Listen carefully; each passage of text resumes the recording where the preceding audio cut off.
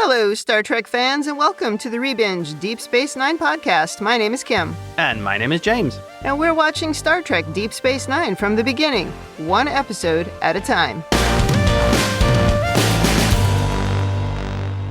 Welcome back to the podcast. Today we are on Season 7, Episode 6, Treachery, Faith, and the Oxford Comma. No, just kidding. Treachery, Faith, and the Great River. This episode aired November 4th, 1998. So there's a little bit of unwanted punctuation in this episode. Well, it depends on your opinion on the Oxford comma. I just thought it was funny when I was typing it in. I was like, oh, an Oxford comma. Because, I was a journalism geek. And anyway, well, before we start on this one, anything to say about last week's episode? No, it was very meh. Yeah, I'm afraid it was. At least it wasn't, bad, like the last time the augments appeared. Yeah, that's true. It wasn't... mocking. It wasn't offensive, but it did sort of add another brick to the wall about Julian is terrible. I just think Julian's inconsistently written. Yeah, I mean, I agree he's had some moments where he hasn't been awful, but I think he's been pretty consistently awful. Well, I think Julian is a very muddled character. Well, since he's barely in this episode, we probably should move on. So, Faith, Treachery, and the Great River. We open with Odo giving Kira a massage as she pulled something playing spring ball against Odo. Now, do you think she makes him stay in humanoid form when he plays and he can't use any of his I would hope changeling skills? Yeah, I'm not sure it would be fair otherwise. Yeah. He's very fast as a changeling, so if he's in humanoid form, could he be really fast as well? So even if he's playing it as humanoid Odo, he would be just too fast. Well, I don't know. We've never really seen that. Well, that's probably because Auberginois wasn't exactly a young fella at the time. Yeah, so I don't know. And plus all that makeup. I think he just turns into that hawk that he really likes in the middle of the game and can get to the ball really quickly. Well, Odo tells Kira that he's received a coded message from a Gul Rasol, who is his best Cardassian informant in the past. She suspects this could be a trap, but he promises to be careful. Meanwhile, the promenade looks like complete chaos with cables everywhere. Mars is working away with Nog helping, and Quark is complaining because his bar is closed and everything looks like chaos. Poor Quark. Sisko arrives to hassle Miles about the Defiant's gravity net being faulty and tells him he needs the ship back out on patrol when he returns from Bajor in 3 days' time. Miles tries explaining to Sisko how the quartermaster can't get them a replacement for 3 weeks, but Sisko just insists that's Miles's problem. A little bit rude. I think the correct answer here, from Miles's point of view, when there are no stabilizers available in the sector, is to tell Sisko, well, would you like to be annoyed about it now when it doesn't work, or in 3 days when it doesn't work? Yeah. That sort of unrealistic leadership is what leads to complete burnout. Yeah, it's true. And not everyone can cope with that kind of pushing either. Yeah. And then they will burn themselves out to try to do everything they can. On the other hand, it worked. So does making people dig canals at gunpoint, but it's not a good process. Now, I've had conversations with engineers who they get really mad when the product people push for things that they can't possibly have. And I always tell them it's their job to push. And it's our job to say it's possible or it's not possible. And I always say, don't walk away from a conversation saying something completely impossible is possible. Don't do it. And Miles did it here. Yes. So I think the worst part of the conversation here is when Sisko says, well, that's your problem. No, it really isn't. No. Yeah, that was rude. Yeah, this is bad leadership. Yep. Yeah, that's that demand the impossible all the time and act like that's what's expected. After Sisko leaves, Nog starts asking Miles about the quartermaster, who Miles just knows by his last name. Nog explains how the best way for Miles's request to get the top of the priority list is for him to form a relationship with the quartermaster. Miles tells Nog he doesn't have time for that kind of thing, but Nog replies, I do. Nog tells Miles he can get the stabilizer. Just leave everything to me. Miles tells him, don't do anything I wouldn't. Ominously, Nog replies, I can't operate under those restrictions. That cracked me up. I mean, there wasn't even a pause. I mean, I liked how Nog was sort of being honest here, and at the same time is sort of, you don't really want to say that to your boss. I really like Nog in this scene. I was thinking about, and maybe I should have gone back and watched it, but the thing in season 1 where we first see Nog and his negotiating and trading. Right. Maybe it's exactly the same as it is here, but now I really like it. And I thought he was really good in this episode, Aaron Eisenberg. Yeah. Oh, agreed. Well, finally, Miles tells him, at least promise me you won't do anything that'll get us court-martialed. I don't want to worry you, Miles, but Nog is still a Ferengi. Yeah, Ferengi first. We now cut to a shuttle approaching a brown-looking planet, which is very similar to the planet in Season 3, Episode 20, Improbable Cause, except that time, Odo approached it from the left, and this time he's approaching it from the right. Oh. It's literally the same footage, but just flipped in direction. I hadn't even noticed that. That's so funny. And it looks like it's the same caves. Well, is it the same guy that he's supposed to meet? We didn't get his name. Oh, okay. But it might have been. Yes. But yeah, we're saving some money there. Yeah, I think so. Mm-hmm. Well, Odo goes into some misty-looking dark caves, which is where everything important happens, and calls out for a soul. But instead, emerging from the shadows, we see Weyoun. And I love it. Weyoun again does the little bow with his arms out. Yes. Founder. A surprised Odo asks Weyoun what does he want, and he replies, to serve you. I no longer consider myself a member of the Dominion. And Odo asks, you're defecting? Weyoun tells him, do with me as you wish. I place my fate entirely in your hands. And we go into the opening credits. Mm-hmm. After the credits, Odo is skeptical, but Weyoun says he will tell him everything he knows about the Dominion strategic plans. He also presses Odo to leave as soon as possible because the Jem'Hadar are already hunting for him, and goes on to say his life is in danger because, well, the war should have been over months ago, and Weyoun is the one who's going to take the blame for it. And Odo calls him paranoid. I love it when Weyoun says, of course I'm paranoid. Everyone is trying to kill me, which is quite funny. Odo still isn't budging, but Weyoun tells him he'll share information that could win the Federation the war. And to prove he's serious, gives up the location of a new Ketracel White storage facility. This seems to work, and finally Odo agrees to take him along. On the runabout, Weyoun calls Odo a god again, and Odo tells him he's just another prisoner. Weyoun immediately goes into his hurt puppy routine, saying he's deeply hurt by this. Oh, poor Weyoun. Cut back to the station, and we learn that Nog has been buttering up Edgar Willoughby, the quartermaster, all on O'Brien's behalf, and has even sent him a bottle of wine. Would this be considered bribery or some kind of corruption going on here? Are there restrictions on gifts to Starfleet officers? Well, there should be, for this exact reason. Nog has also done a great job of learning everything about this guy, his family, his children. He's really been leaning into this become friends with someone role. Yeah. However, it's all in vain, as they're still not going to get a stabilizer for another week. But he's found the USS Sentinel has a spare one, and they might be willing to trade for it. The chief tells him to be discreet, and Nog quotes the rule of acquisition 168. Whisper your way to success. Even more suspiciously, Nog asks for the chief's approval on some shipping orders to save time, and the chief goes along with it. Yeah, don't ever give away your password. Yeah. Make them come to you and have it signed every time. Yeah. Once again, Miles, have you ever dealt with Ferengi? You've been hanging around them for 6 years now. On the runabout, Weyoun is just staring at Odo and almost calls him a god again. It's an honor to be sitting here with a security officer. I laughed out loud. That was very funny. Yeah, he really is holding Odo in just awe. Yes. They can't help it. It's in their genes. Well, they receive a Cardassian transmission, and on screen we see another Weyoun. We discover that the Weyoun that Odo's been dealing with in the past was Weyoun 5, who was killed tragically in a transporter accident a month ago. So on the runabout with Odo, this is actually Weyoun 6, and the one currently on Cardassia is Weyoun 7. I really liked it when Weyoun looked at Damar when he mentioned the transporter accident. Yeah, he paused. Yeah. Transporter, pause, accident.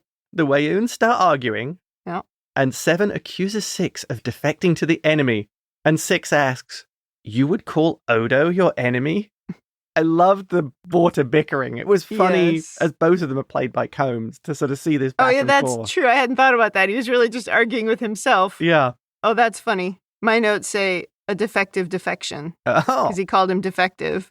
We also learn that the Vorta have a termination implant, and Weyoun 7 orders him to trigger it. Of course, Weyoun 6 has an excuse, as he is loyal to Odo. I'll do whatever Odo tells me to do. Nice. Mm-hmm. Damar tells them they'll never make it back to DS9. As Weyoun 7 tries to negotiate with Odo, Damar tells him an attack ship is on the way. I mean, Weyoun brings up that the Jem'Hadar would never harm a founder, but I don't think Damar shares that concern. No, he doesn't. After they cut transmission, Odo asks Weyoun to tell him the truth, and Weyoun 6 says after he was activated, he came to realize that he did not think the war was justified, and the founders needed to learn how to live in peace. I really like Combs here. In his portrayal of Weyoun, there's this sort of sincerity. Yeah. That Weyoun believes everything he's saying in that moment. Right. I really enjoy watching him play Weyoun, and this is a great example of it. Off now to Cardassia, and Damar is enjoying a drink, while Weyoun whines about how every now and then there's a faulty clone, but never a Weyoun. Damar is looking tense and drinking more. Yeah, he seems to be enjoying the drink a little too much. Mm-hmm. We also learn that Damar narrowly avoided the tragic transporter accident that killed Weyoun 5. He was called away at the last minute. So he definitely did it. Yeah, he probably did it. Although I'm not clear how each new clone has all of the memories of the previous one. Good how are point. they able to do that? Some kind of daily download? Yeah, because that's not how that works normally, but... I'm thinking like the Borg. The Weyouns have to basically have their mind read or their neural patterns read every couple of days. Plug in at the end of the day. Well, the two of them are planning what to do, and Weyoun is adamant that Odo should not be harmed. But Damar just wants the runabout destroyed, and manages to talk Weyoun into agreeing that the Jem'Hadar shouldn't be told who's on the shuttle. Weyoun is very concerned about what would happen if the founders discovered they killed Odo, and Damar just says, "Who's going to tell them?" Yeah, maybe this Vorta is defective. Oh. Because that just does not seem like something a Vorta is going to agree to. Yeah. Oh, and also because what he's doing here is he's trusting the Cardassian not to tell on him, basically. Yeah. And do you really think that's what the Weyoun that we knew, Weyoun 5, that's what he would do? I sincerely doubt it. No. Yeah. Well, that makes me think, if a founder ordered Weyoun to tell them exactly what happened, wouldn't he be compelled to answer truthfully? So he can lie by omission, by not telling them. Yeah. But if they actually sat him down and said, "Okay, what did you do?" he would be forced to say, "Oh, yeah, we blew up the shuttle and didn't tell the Jem'Hadar." Well, maybe that's just the risk he's willing to take, knowing that would be the end of him. Yeah. But I feel like this is a sign that this Vorta is also broken. That's a good point. Maybe. Oh. Perhaps this is another one of those myths that the founders tell themselves, that they can perfectly clone these Vorta. Whereas the reality is all of them come out with problems or quirks. Or maybe after each sequence of cloning, they degrade. So you're getting worse and worse ones. Yeah. Because remember the first one we met, the first Weyoun we met, was really kind of, nasty to the Jem'Hadar. And was sort of cynical and was talking through giving them the white and things and didn't seem to be very genuine. Yeah. You make me think about a lot of things here. I'm also wondering as well if the Vorta in their own minds can justify things by the line here where he says Odo doesn't even consider himself a founder.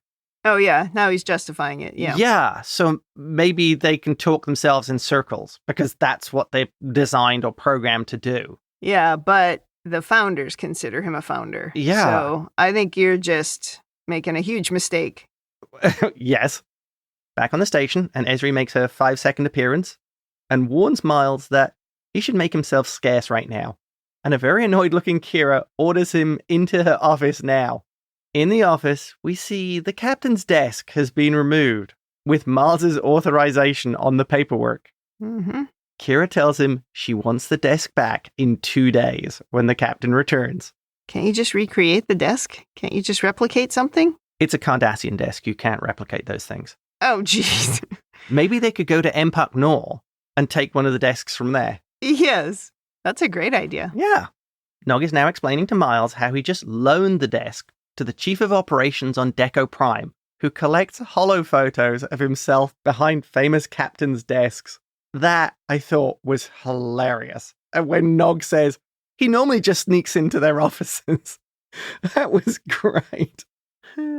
Nog continues by saying he's doing this so he can get an induction modulator, which they can then trade for a phase emitter, which finally they can trade for the stabilizer. Miles isn't confident this is going to work because it's all based on a rumor, but Nog tells him to have faith in the Great Material Continuum. And Nog explains how for the Ferengi, this is the force that binds the universe together. Funny how we haven't heard about that in 7 seasons. Yeah, you would think that would be an important thing for maybe the Grand Nagus to bring up. Mm-hmm. He further explains how it's like a great river that flows between worlds that have and those that want, and back again. And if you learn to navigate it, you'll have everything your heart desires. Miles says he'd settle for a stabilizer in the captain's desk, and Nog tells him to have faith. The river will provide. Well, the Great River story, it sounds like the kind of thing you'd tell your children if you wanted them to grow up to be commodity traders. Yes. But I guess it's part of their religion, too, if you look at it that way. I thought that was a nice touch, actually. Yeah. Back to the runabout, and Weyoun is having a nightmare. Odo actually has some empathy for Weyoun, saying he understands what it's like to turn your back on your own people. Yeah. But the moment doesn't last long as the Jem'Hadar have caught up with them. Now under attack, Weyoun is shocked that the Jem'Hadar are firing at a founder. Odo actually quips that maybe they figured out that he's not a founder. Weyoun realizes that they don't know Odo isn't on board, saying they have to contact them, but all frequencies are being jammed. So he tells Odo to get above the Jem'Hadar ship and to target a weak point in the shields. This works, and we see a great space battle of a runabout taking out a Jem'Hadar attack ship in one shot.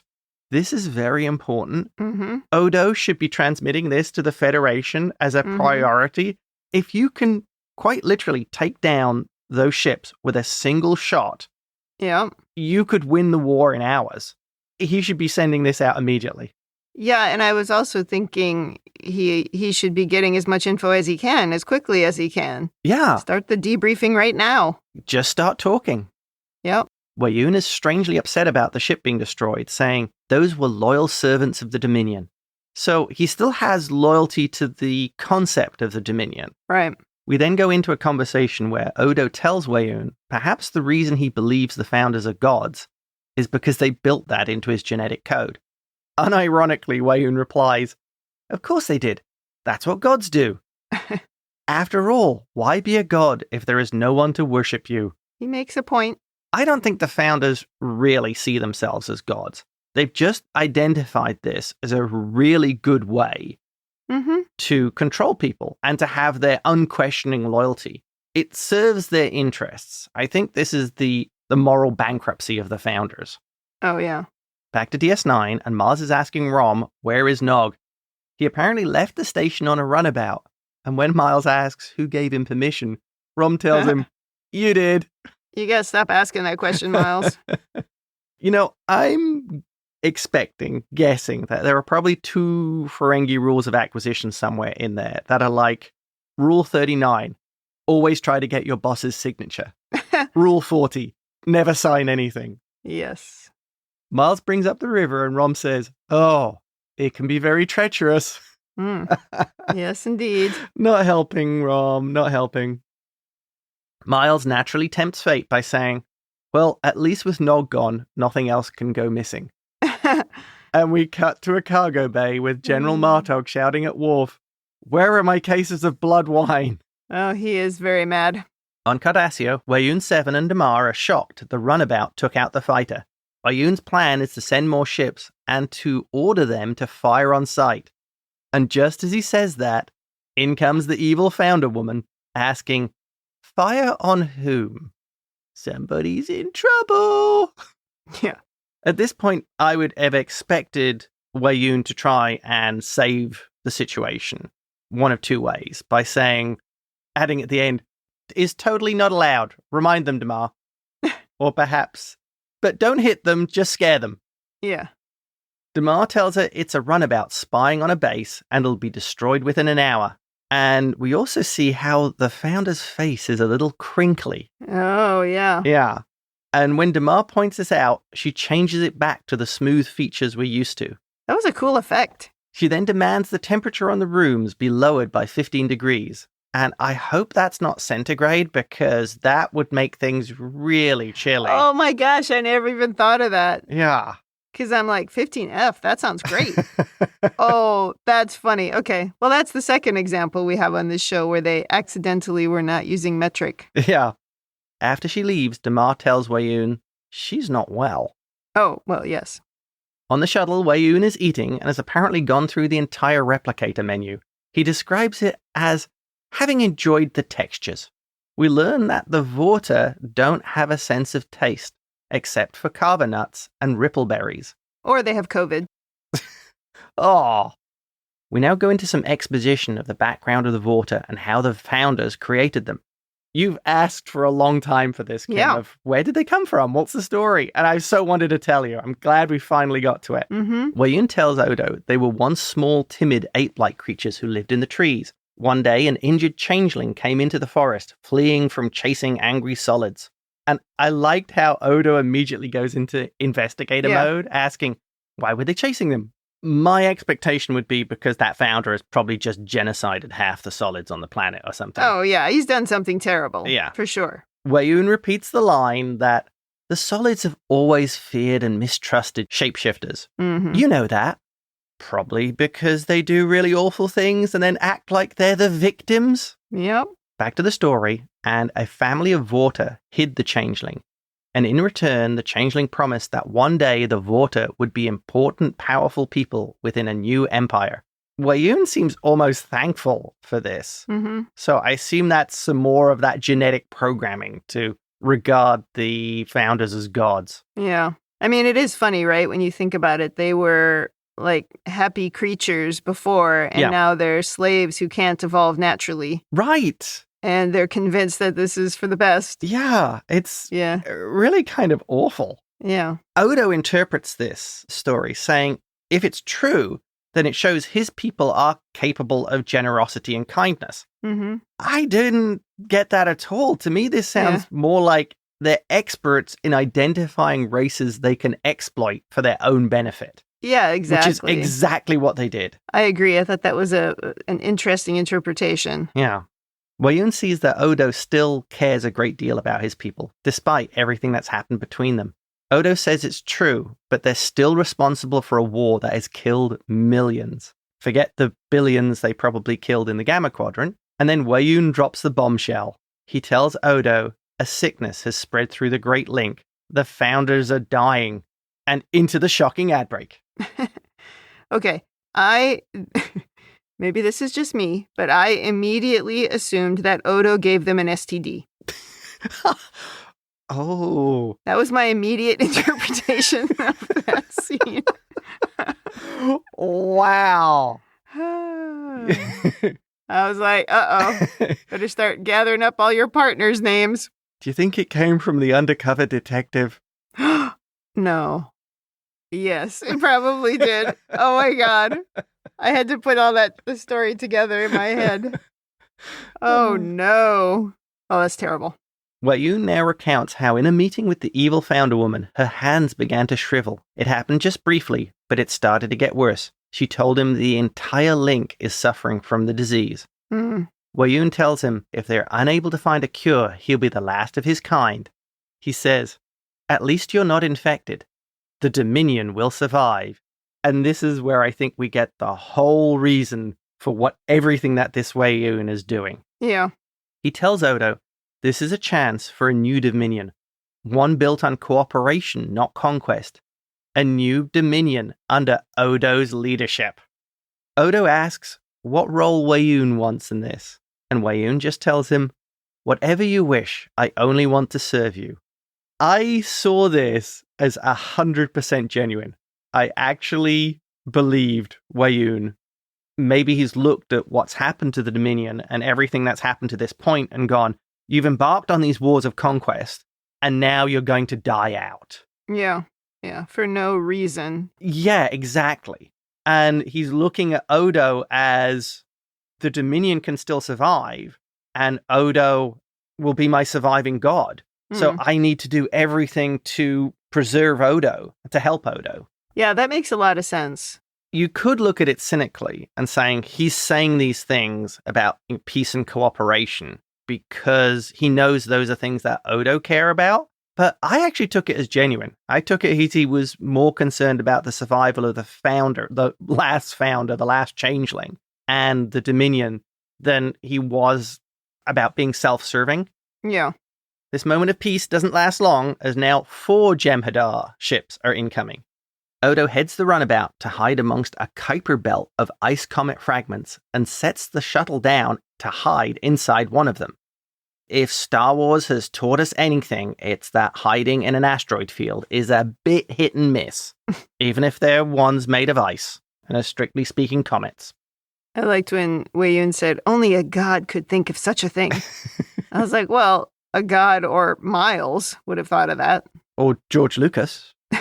The other thing in this scene is I think we see some of the limits of the digital technology at the time.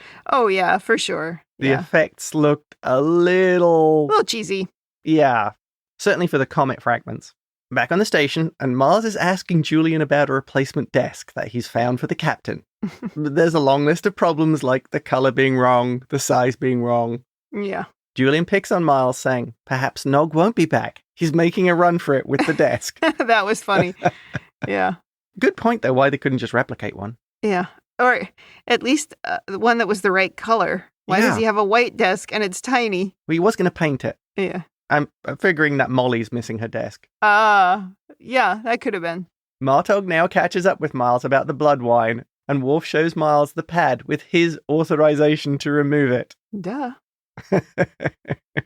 Back to the runabout, and it's getting cold, and Weyoun is shivering, and Odo informs him he only has 3 hours of oxygen left. But they'll have frozen to death by then, so yeah, we're all good. Look on the bright side. Why did they have to turn off life support? I guess any kind of heat signature might be detectable. Yeah. Weyoun is insistent that no matter what, Odo has to survive. He needs to live and rebuild the Dominion. We hear explosions, although I don't know how that happens through a vacuum, but anyway. And we see that the Jem'Hadar have resorted to blasting the asteroids. They obviously got to that part in The Empire Strikes Back. You know, they figured out how to solve the problem by watching the movie. Can the changelings survive in space? I would have thought so. It depends what happens to them if they freeze. Because I kept thinking he just needs to be seen by the Jem'Hadar. Yeah. And he could put himself out into space. But then I forgot that there are no windows on the Jem'Hadar ships. Right. They can't actually see outside. Yeah, there's only the First and the Vorta. But if the Vorta saw him... That's true. Yeah. The Vorta would potentially stop it. Because I just kept thinking, can't Odo just beam himself outside? But I don't know. I mean, it didn't go so well for the changeling in Picard. Right. But I think that was because she could turn herself so effectively into an actual human. Okay. And Odo really can't. So... Yes. Anyway. Well, Odo powers up the ship and they try to outrun them. But the Jem'Hadar take chase. They're in trouble. And we actually get some quite cool effects of them blowing up the comet fragments as they're now chasing after the runabout. Mm-hmm. And they're getting hits and they're getting plastered. And there's a fire. And Weyoun gets out the fire extinguisher, which looks a lot like a Dyson vacuum. Puts out the fire. It's going badly. And Weyoun 6 calls Weyoun 7 and tells him to call off the ships. And he activates his termination implant. Then Weyoun 7, true to his word, calls off the ships. I'm sure you have this note, but all the channels were jammed. So... apart from that one. Mm-hmm. That was the emergency channel. Yeah. That, I thought, was a big mistake in the story. It's like, comms are jammed. Oh, that is a little bit of a hole. Yeah. Well, Weyoun 7, who's still on the viewer, tells Odo to please have a safe and pleasant journey back to Deep Space Nine.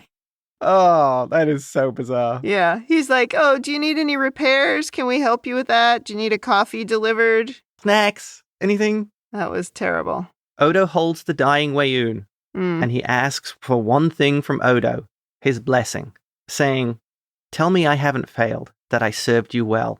Odo tells him he has, and for that, he'll have his gratitude. And then, pausing, says, and my blessing. And Weyoun 6 dies. No. The kill switch was a little too easy. It was. And now the Cardassians know where it is. Yeah. Because he just had to, hold his ear and under his chin. Yeah, there's going to be a lot of tragic Vorta accidents with Cardassians around. And there was a little interesting point, I thought, as Weyoun was dying, where he said, this is supposed to be quick and painless, and it's not. Yeah. Almost another realization that things aren't exactly as they're supposed to be. Right, that the founders lie and continue to lie.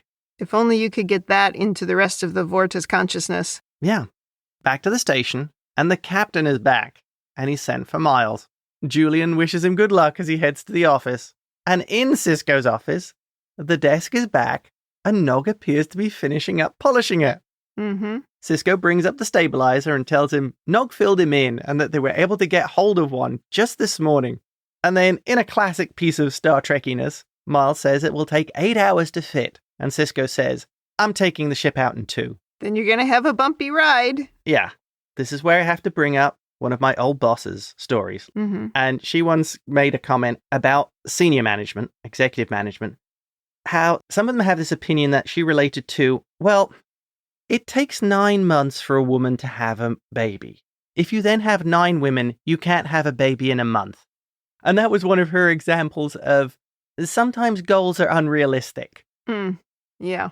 Yeah, I've heard that used many times. And again, if it's not possible, you should just say it's not possible. But I guess this was Scotty's point. Yeah. Of why you have to give bigger numbers, because then the captains will ask for lower numbers all the time, and then it looks like you're a miracle worker. Right. I think Geordie's approach is the far better one, if you remember, which was, I tell you how long it's going to take. I don't pad it. I don't lie. I don't make things up. Yeah, that's no fun. Geordie was never any fun.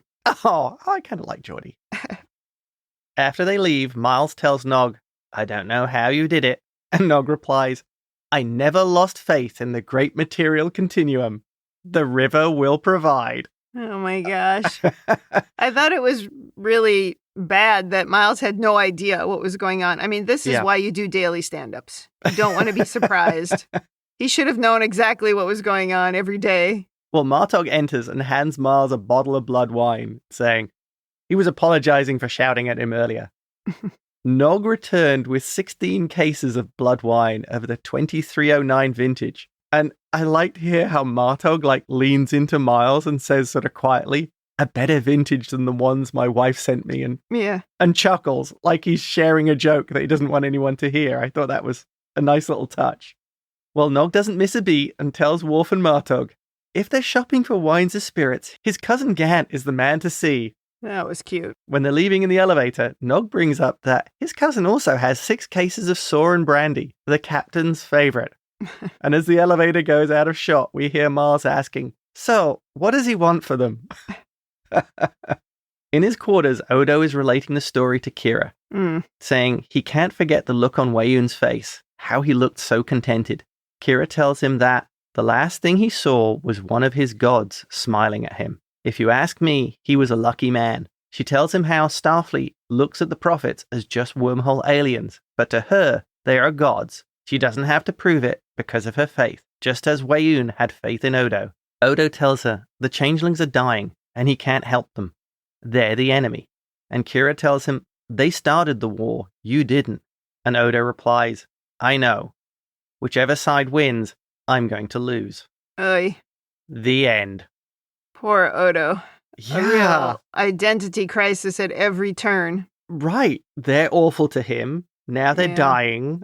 And they're waging this war against everything he stands for. Yeah. You want to be mad, but you also don't want to be mad. And you want to feel bad for them, but then you're like, why should I feel bad for them? You're just all over the place with this. Yeah. It's terrible. But, the real tragedy in this scene is Kira's hair. It's horrible. It's hard even to look at.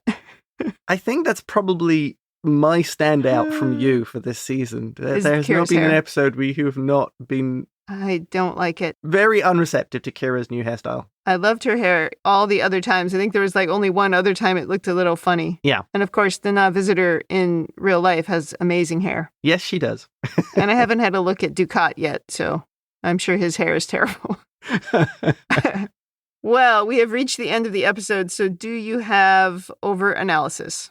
First thing I'm going to bring up is, Wei-Yun says, when he first meets Odo, "It is an honor to stand in your presence again." Strictly speaking, he's never been in Odo's presence. That was Wei-Yun 5. Yeah. They don't seem to distinguish that, though, especially if they're downloading all their memories. So really, from his point of view, just using his memories, he was there. Oh, okay. But yes, I get it. Next thing, and this is based on something you've pointed out before, which is you can't believe everybody in Bajor believes exactly the same thing. That somewhere there's the Church of the Akorum, the true emissary. Right. Now, the Vorta and the Jem'Hadar believe the founders are gods, and some of the Vorta are aware of Odo and who he is, and see him as this is a god apart from the others.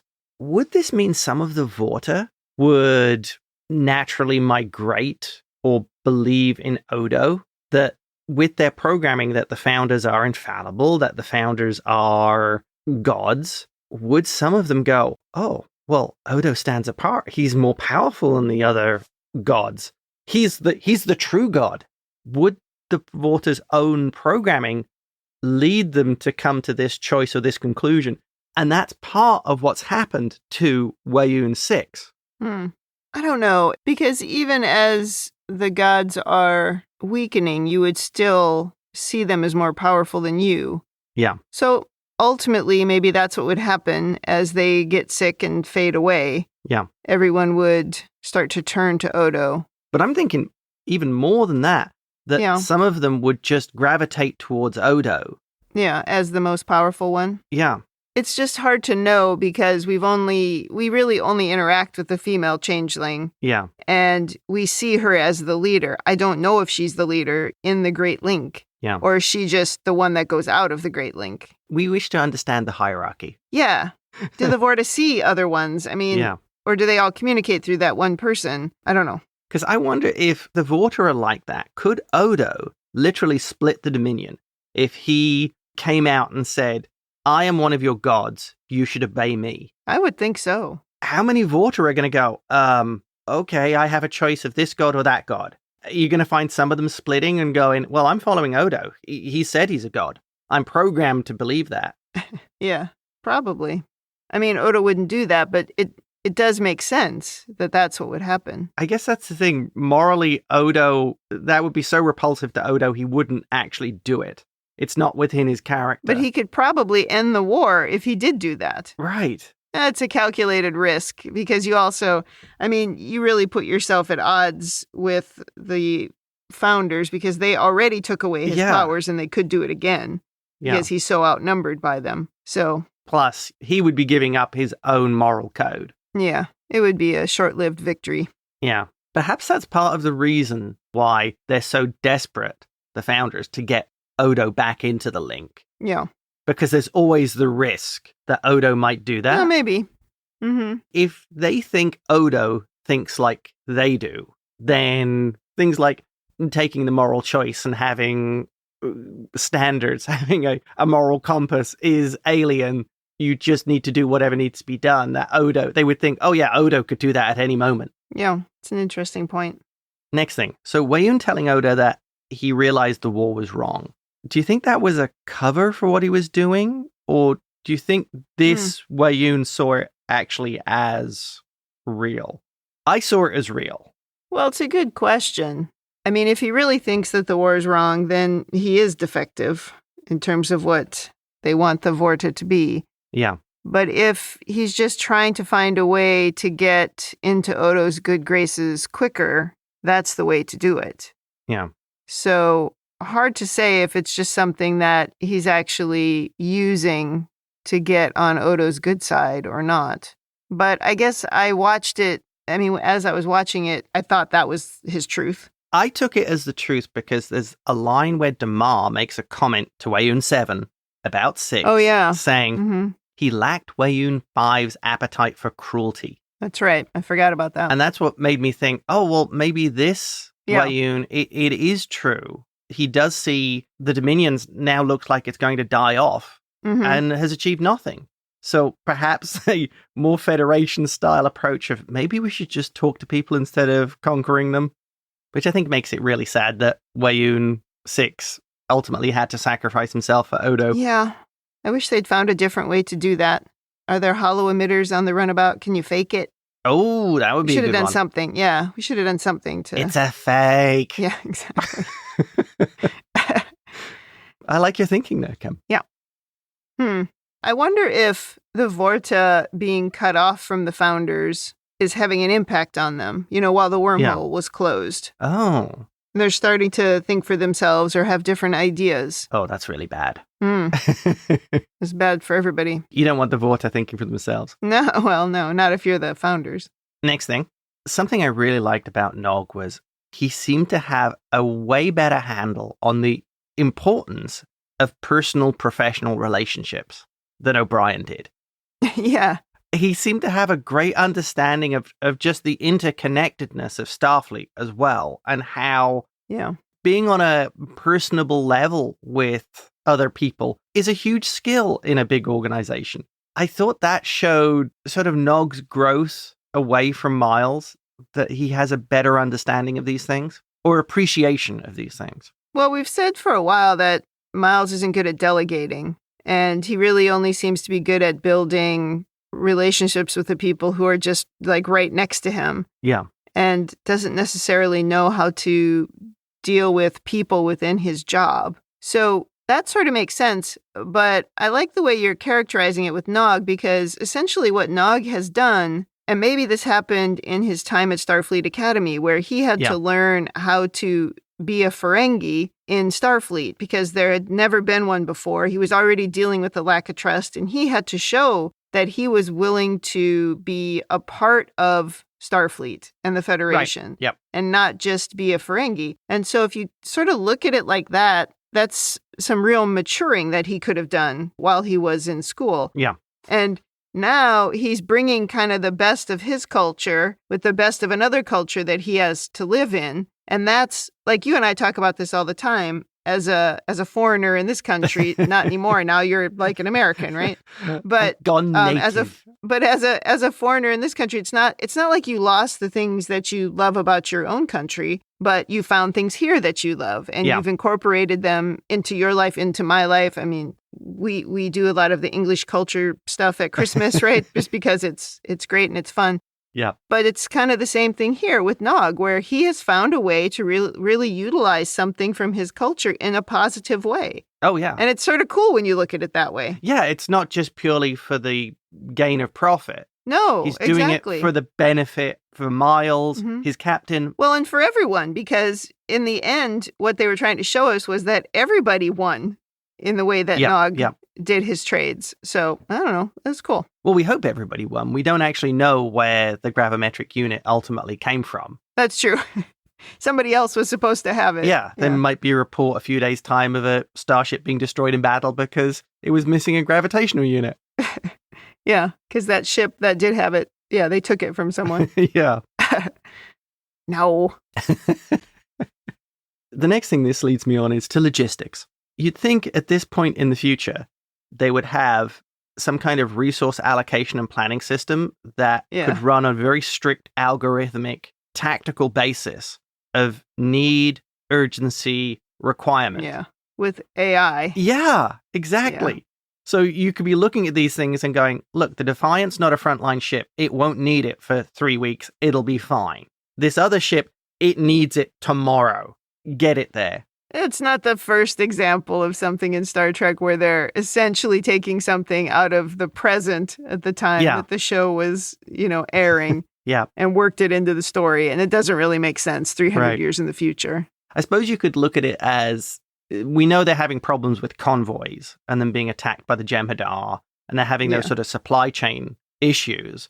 You could probably, I guess if we wave our hands and say, well, the Jem'Hadar are interfering with supply, so it's not working as it should be. Oh, okay. There you go. Yeah. So they're having to keep things in local quartermaster depots and things like that. So yeah. Hand wave, hand wave. Hand wave, hand wave. Nah, that works. And I think my final point with this one is, I think Sisko should be the one pulling strings rather than shouting at Miles.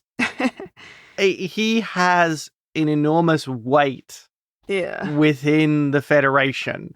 He took back the station. He led the battle into Cardassian space. I have a feeling this is the guy that when he calls up and says, we need one of these units, the reply would be, it'll be there tomorrow. Yeah, I thought about that too. If you really need something or someone that works for you really needs something, it's your job to help them get it if they're not able to. Yeah, not to just go, oh, it doesn't sound like my problem. You know what? It really is your problem. Yeah, I thought that was an inconsistency in Sisko's leadership style. Yeah, it was a little hokey. But he, too, has worked with Miles for a long time and knows that Miles works in a particular way. Rather than trying to help Miles work in a better way, he just sort of says, it's not my problem. You better solve it. It's like, if you want Miles to get better, you should help him get better. Right. Yeah. Miles, maybe we should send you on a seminar about delegation. Yeah.